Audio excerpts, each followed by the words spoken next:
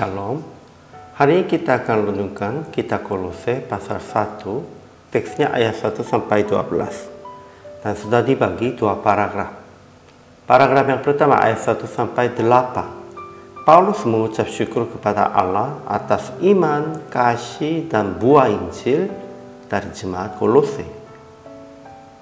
Paragraf yang kedua ayat 9 sampai 12. Paulus tiada berhenti-henti berdoa untuk jemaat Kolose supaya mereka menerima segala hikmat dan pengertian yang benar untuk mengetahui kehendak Tuhan dengan sempurna.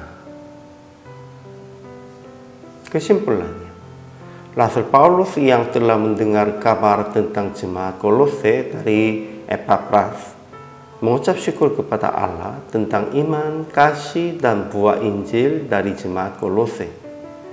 Menurut Paulus, dia tiada berhenti-henti berdoa untuk jemaat Kolose supaya mereka menerima segala hikmat dan pengertian yang benar untuk mengetahui kehendak Tuhan dengan sempurna dan untuk menanggung segala sesuatu dengan tekun dan sabar dan mengucap syukur dengan sukacita kepada Bapa.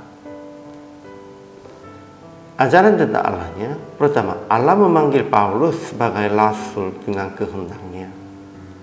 Paulus tetap sebagian besar dalam surat telah tulis tentang itu, karena banyak orang yang persoalkan tentang status rasul Paulus. Kedua, Allah adalah sumber kasih, karunia, dan damai sejahtera. Ajaran tentang manusianya. Pertama, Paulus mengirim surat kepada saudara-saudara yang kudus dan yang percaya dalam Kristus di Kolose. Dia telah mendengar tentang iman mereka, tentang kasih mereka, oleh karena pengharapan yang disediakan bagi mereka di surga. Sebab itu, Paulus terus berdoa untuk jemaat Kolose, supaya mereka menerima segala hikmat dan pengertian untuk mengetahui kehendak Tuhan, supaya mereka bertumbuh dalam pengetahuan tentang Allah dengan tekun dan sabar, dan supaya mengucap syukur dengan sukacita kepada Bapa.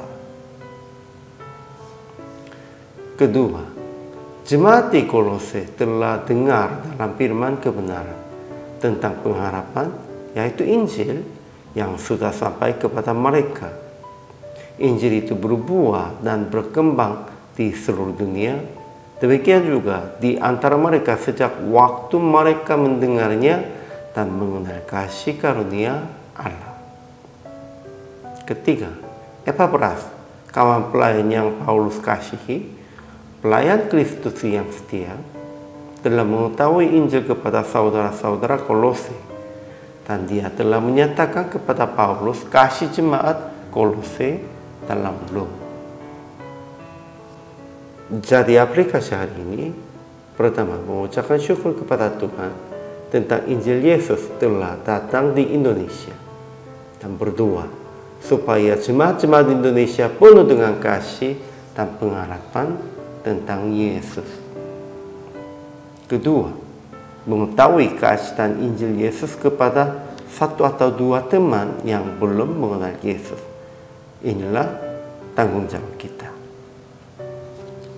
Akhirnya PR praktek hari ini, berdoa untuk satu orang penginjil atau misionaris yang sedang melayani untuk mereka yang belum mengenal Yesus, supaya berbuah dalam kasih karunia Tuhan, dan usaha akan Anda sendiri pun melakukan sesuai dengan kehendak Tuhan, supaya berbuah Injil.